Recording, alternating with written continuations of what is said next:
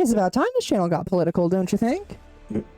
Radical is a term, although not always political, is met with an air of caution, a fear of mention even.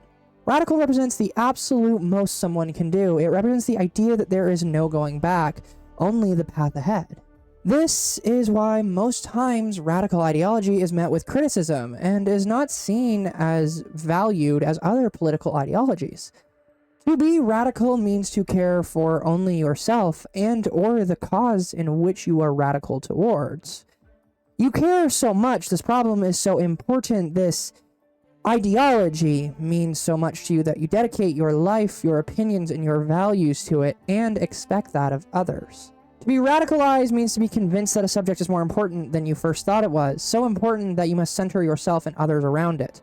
To be radical is to be selfish, even if the reason why you became radical was not inherently selfish. Arcane is radical. It's practically the entire point of the series, the way in which Arcane addresses political affiliations, and the contrast of two opposing parties and their separate radicalized natures is quite indicative of our own current time. My biggest fear is that there are many people who will not see Arcane as political or as openly political as it is, and specifically Arcane is radical in such a special way. I don't want it to be boiled down to just another streaming show in the streaming ethos that exists currently. Arcane is political. Specifically, Arcane is radical, and it shows how one can become radical no matter where they are from and no matter who they are. You can be radicalized. I plan to make a two-part video. This one will be covering the radical ideologies and beliefs of Season 1 and how Arcane handles it, and then obviously the second video will cover the second season. As I record this video, Part 2 just came out, and obviously I will not be making a Part 2 to this video for probably a long time, as to let my thoughts really dwell on Season 2. However, I've rewatched Season 1 at least 5 times now, so I think I'm pretty well versed in the content at hand. Now, Season 1 is basically drastically different from how Season 2 approaches it, at least from what we've seen thus far. Not fundamentally, but just like in character dynamics. Season 1 focuses much more on circumstances outside of one's control that can lead you to developing beliefs and ideologies, whereas it seems like Season 2 is really sticking to like character individual stories and individual ideologies. Not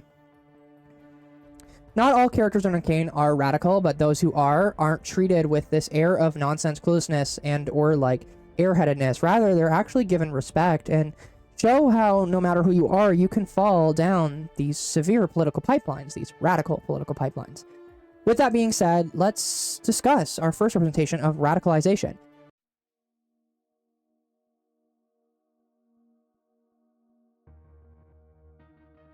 Vander and the concept of being de-radicalized. Vander is a very influential character from the introduction of the show, being one of the few people who survives the revolution, the violent revolution that is, versus Piltover on the bridge scene in the very opening of the series.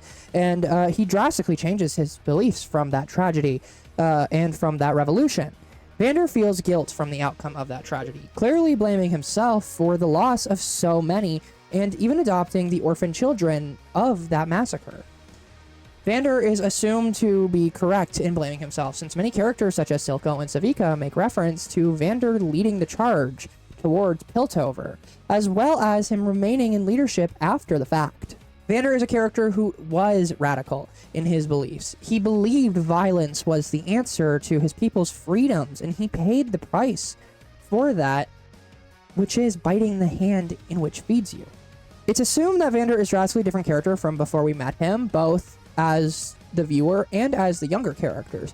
Vander is seen prior as this wolf of the Undercity, but the side in which we get to see Vander and the Vander in which we get to see is very far from that reality. After all, this same man was the one who is insinuated to be a violent revolutionary. And he is seen to have a history with the person who still holds those revolutionary and radical beliefs, Silco. Yet he is still held to some respect of leadership. The entire bar in which he works in are all ready to jump two unknown assailants at the drop of a hat as long as he wishes it. There is respect and understanding with Vander. People will listen to Vander.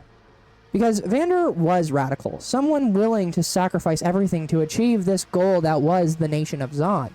Something he lost a brother to and or over, something he gave lives for, and something that he regrets very deeply to the very last day that we see him. Vander witnessed the price of freedom and radical beliefs in a place that has so much working against it, a place in which has an iron fist looming over it, ready to drop at any moment, and so he accepted his fight was over. Not for the lack of wanting freedom, but for the sake of keeping his people safe.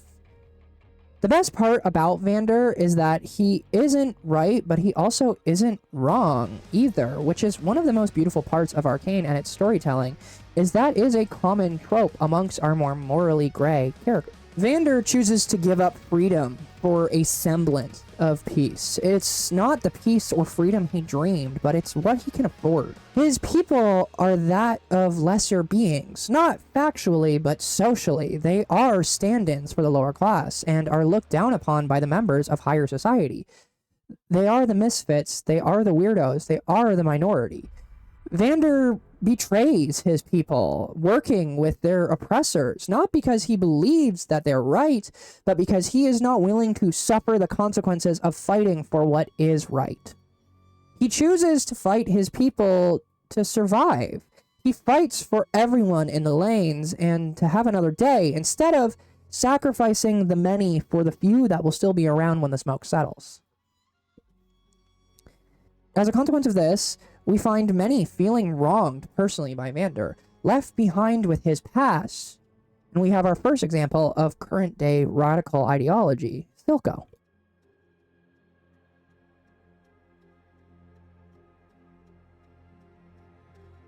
Silco is meant to be a fold for Vander, even being a massive part of Vander's history in the lanes and or Undercity, and eventually rising to the head of the Undercity after Vander passes on. Silco, however, went down a very different path from Vander. Where Vander felt fear for what could happen if continuing to challenge Piltover, Silco felt rage for what could be if they continued to challenge Piltover.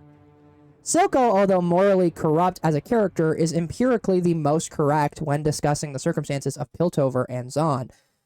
Zon has been implied to be a self-governing city for such a long time, it doesn't lean on Piltover for much besides imports and exports, in which there is somewhat of an equally beneficial dynamic between the two states. Yet Zon still remains under the iron thumb of Piltover, the nation of progress.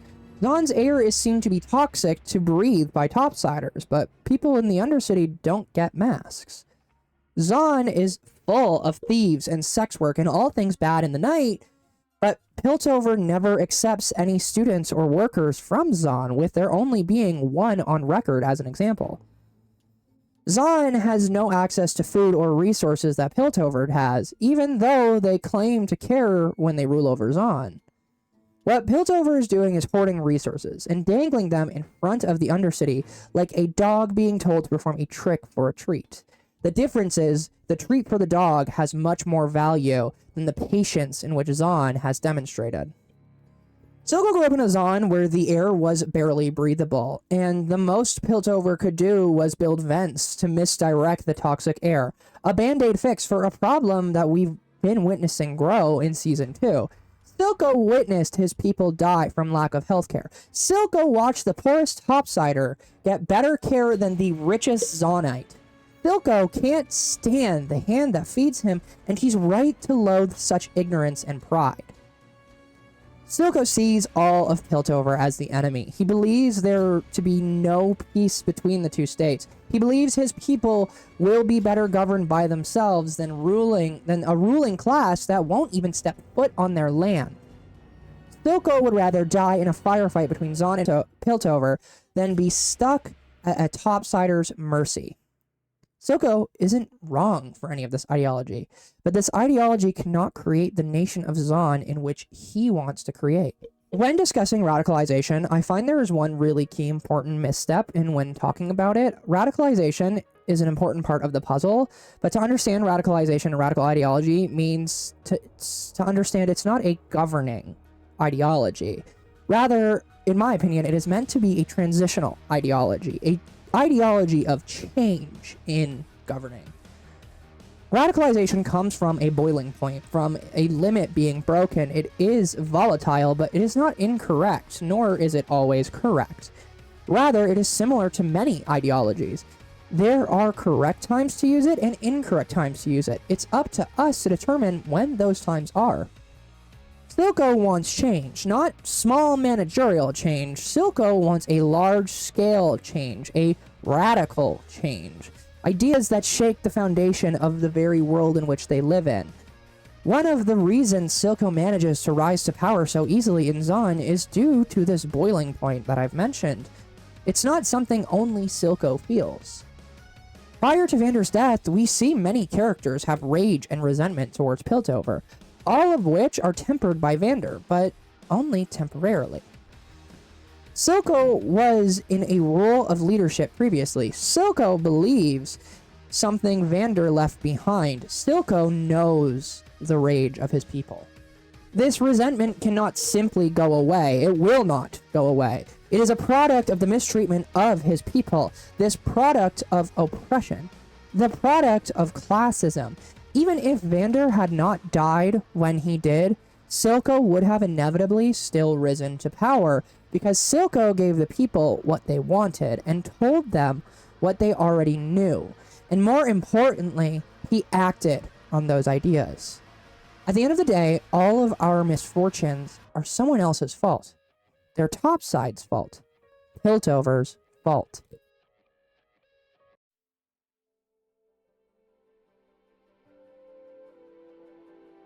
Piltover is a tragically, and or ironically, real depiction of the ruling classes and the ideologies they tend to demonstrate. People in positions of power tend to be nearsighted, not that they aren't looking forward. As we see, Piltover is always looking forward. Rather, Piltover, as do many ruling classes, misunderstand where to look, and they overlook their own problems as to not impede on whatever long-term goals they are currently grasping at. Piltover was well aware of the rising tension of Zon. They were also well aware of the many issues in which they could have designated their plentiful of resources towards fixing. But they actively chose not to. And rather than having an introspection on their actions towards their people, they further alienate them by adding more police force and stricter force and more violent force to send a message. The message has been sent. It is clear. Piltover does not care if you can't breathe. Piltover does not care if you can't feed your children. Piltover does not care if you have to resort to illegal drugs for healthcare.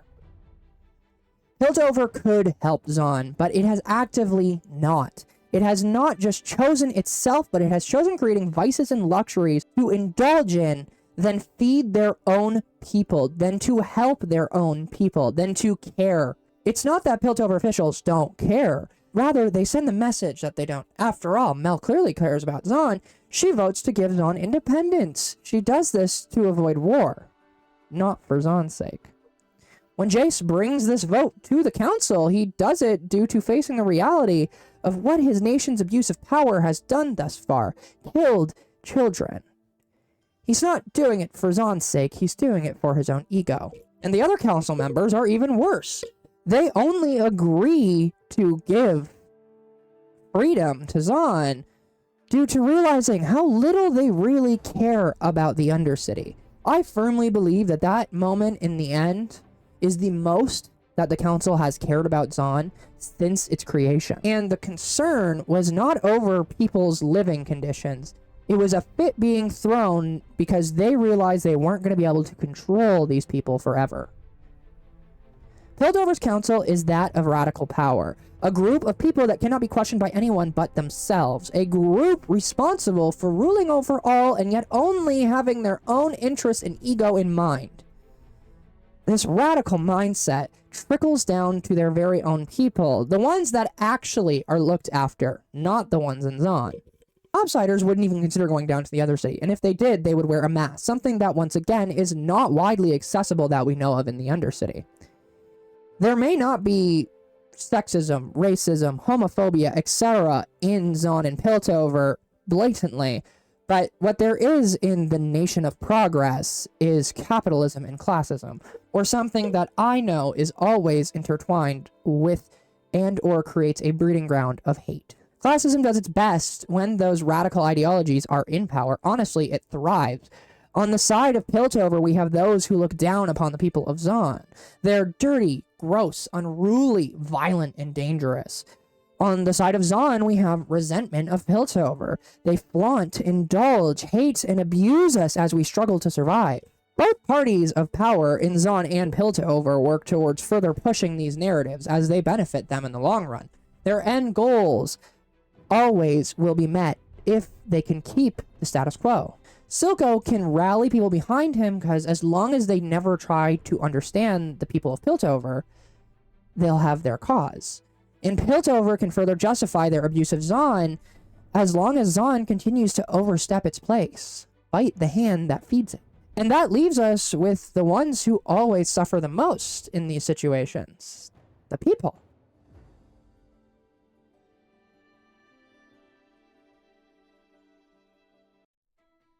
In times of extremist ideology, there are always the ones in the middle. Well, kind of. See, the middle when it comes to politics is a thin line that often results in people landing on one side or the other. Not because they can't understand one another or don't wish to, but rather because that line is so thin, it's very hard to be directly on it. In times where radicals are the ones rising to power, the sentiment is often used against them, leaving no room for people to acknowledge both sides of the spectrum's mistakes and or successes.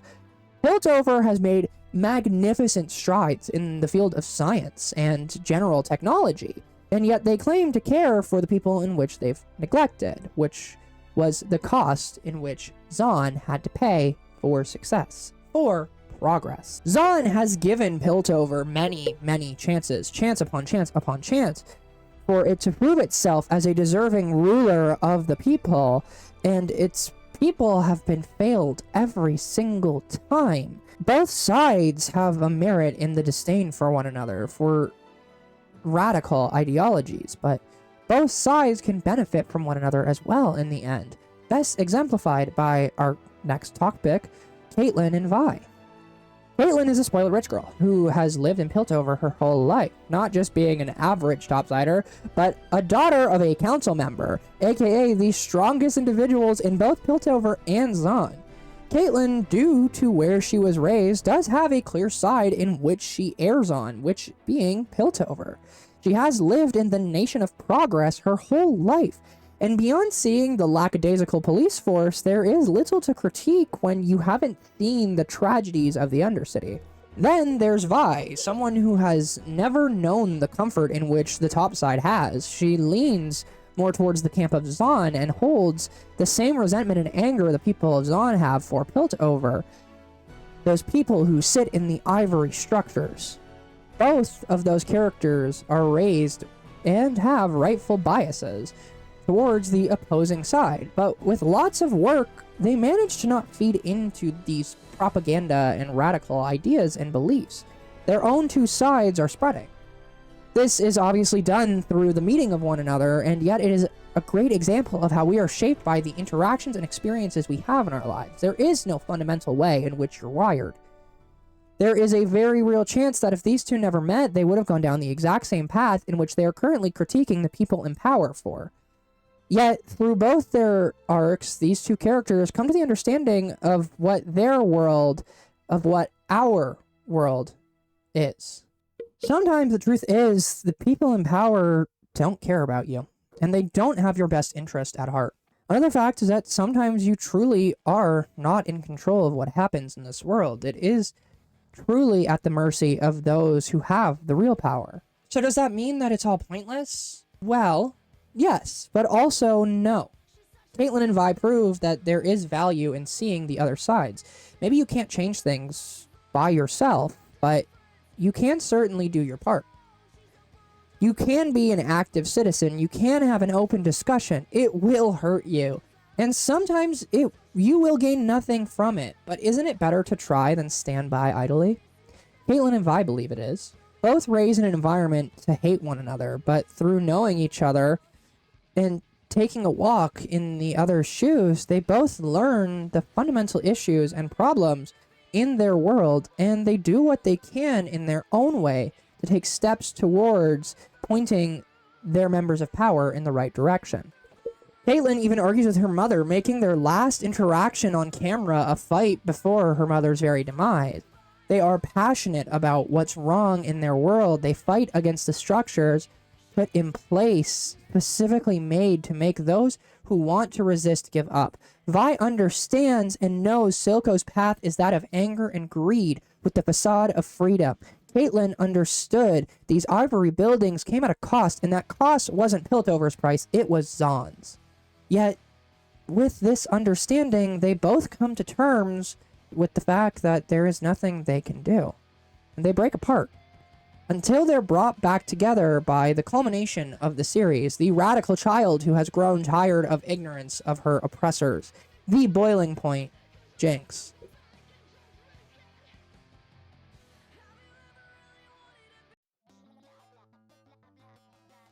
Jinx spent most of Arcane's run being the perfect product of her environment. Even as Powder, the little girl, Jinx fears those above her, for at a young age, she was taught that those in power are not the ones to put your faith in. Not only that, but the people who she did put her faith and trust in ended up dying or abandoning her along the way her entire life. And all of this is Piltover's fault. I say that both from Jinx's perspective and empirically speaking. Because Jinx nor Silco are wrong about that part, and that makes it the most convoluted of it all. By no means am I one who believes in violence as the answer, but I am not naive enough to not understand that in some scenarios, violence is the only way to get your point across. Piltover rewards violence, which is an even more violent reaction more times than not, just as a parent who lashes out at their children when they get aggressive. That child will inevitably learn how to get your attention. Zahn has been ignored for almost all of its history, and it only started to be noticed once violence, Jinx, started taking place. Sure, it wasn't the reaction most people from Zahn wanted, but it was a reaction that proved Piltover wasn't a scuffless oasis, and it rather is a city run by people who can be tempted, especially the ones in power. I'd like to correct myself. Violence is never a long-term solution, but it can be a part of the equation, and whether Jinx knows it or not, she is not just a woman who has been scorned, she is a culmination of the people of Zahn, the generations of those who have been oppressed. She is the one who commits the unforgivable act, she is the one who starts the process of change. I once again want to preface, for the last time since it will get annoying, I am not saying violence is the only way to make change.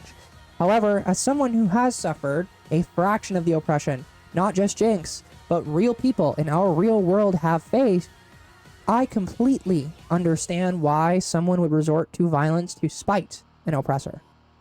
Which leads me into Jinx. She's right. And Piltover got exactly what it was asking for. Time and time again, Piltover has been given the chance to have actual generations to act upon their neglect and abuse of the Undercity. Time and time again, they have chosen to ignore the very obvious boiling pot on the stove, and then they have the arrogance to act surprised when steam comes out of it. As the steam comes out, they have the audacity to act surprised when the pot explodes, even though they made the active decision to not take the pot off the heat. She is a product of her environment. She could have been stopped at any other point, but the council chose to indulge as pigs and rather than rule as humans. Therefore, they were slaughtered. Jinx is the monster they created. Jinx, although should be held accountable for what she did, is not wrong in how she behaved. That's what radical ideologies can do. They can cause change. Although, yes, Jinx committed wrong actions to get there, she certainly did cause a change and a drastic impact of the status quo to change. Jinx is not just a product of her environment, but also of two radical ideologies being constantly at war with one another, even though she acknowledges that Silco was not reasonable. Jinx wasn't made by Silco. She blames Vi, but Jinx was made by the world she was born into. The world that scorned her for having the audacity to continue to live. No one, specific person, or interaction made Jinx. Rather, Jinx is herself by circumstance, and she acts according to those circumstances. I want to condemn Jinx, but I cannot do that, reasonably speaking, because I don't know that I can hold myself to the same standard in which I should condemn Jinx. I don't think I would be strong enough to not have the culmination of all of my people's rage and oppression in my hand and not pull the trigger. It's not that I want to. It's not that I think it's right. It's that I truly believe that it would be the only way to cause change. Change that is necessary. That is the double-edged sword of the ideological side of radicalism. It can create drastic change, necessary in the world where those in power fail their people. But that change can often come at a drastic price. I like to believe that that cost is not a necessity, in especially the modern era and especially the Western world. But as my very eyes watch as people are losing more rights than the rights in which I was born into, it is truly a surreal feeling and a convoluting feeling I have in regards to the concept of radicalism and our ruling classes.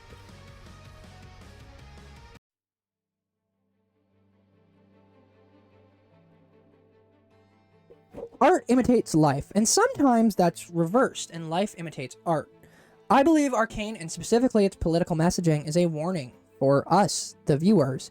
A warning to not allow people in power to ignore the very real issues we are living through, whether that be actively or passively. We have real-life Zons in the world, and I am a part of one of the many Piltovers. I could sit here and explain to you the direct parallels of world issues such as Gaza and Ukraine, the most recent American election, and the upcoming one in Canada. But I want to do Arcane the justice that it deserves and put that in your hands, the viewers' court, if you will.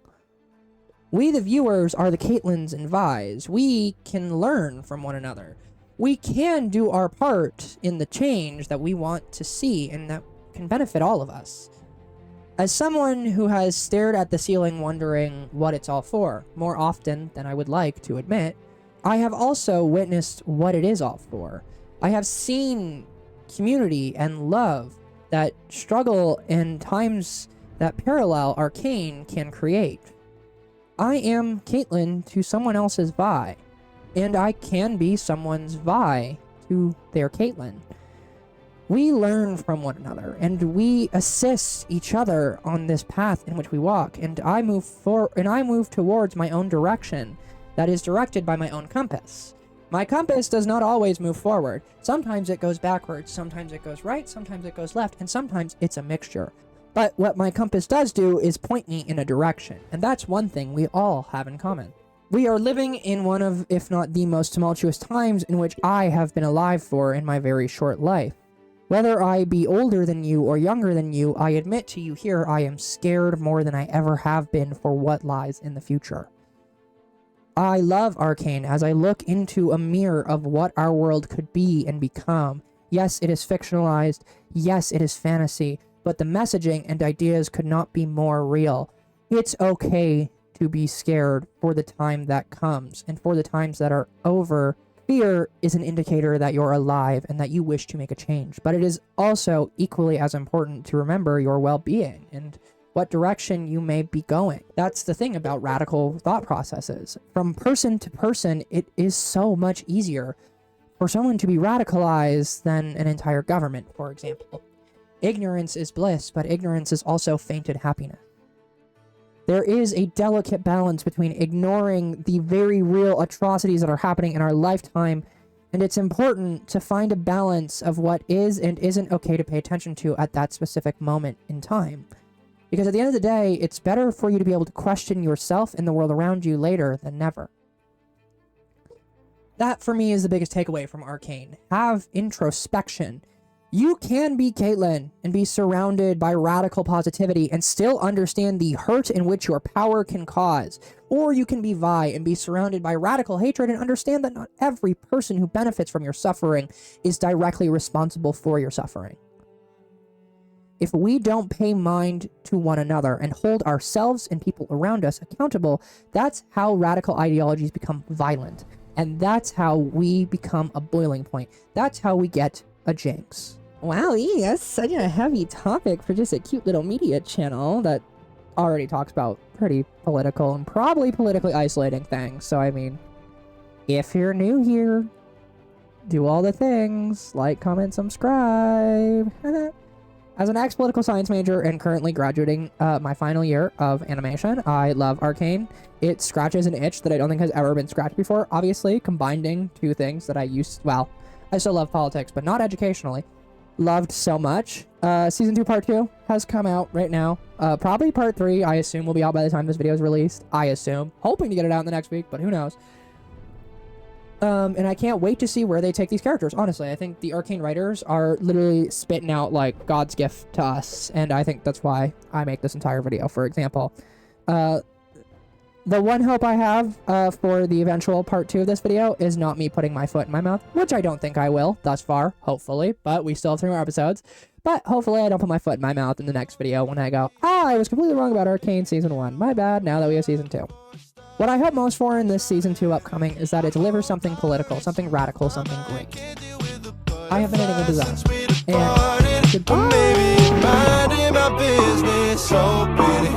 You're praying I'm probably sick of it too.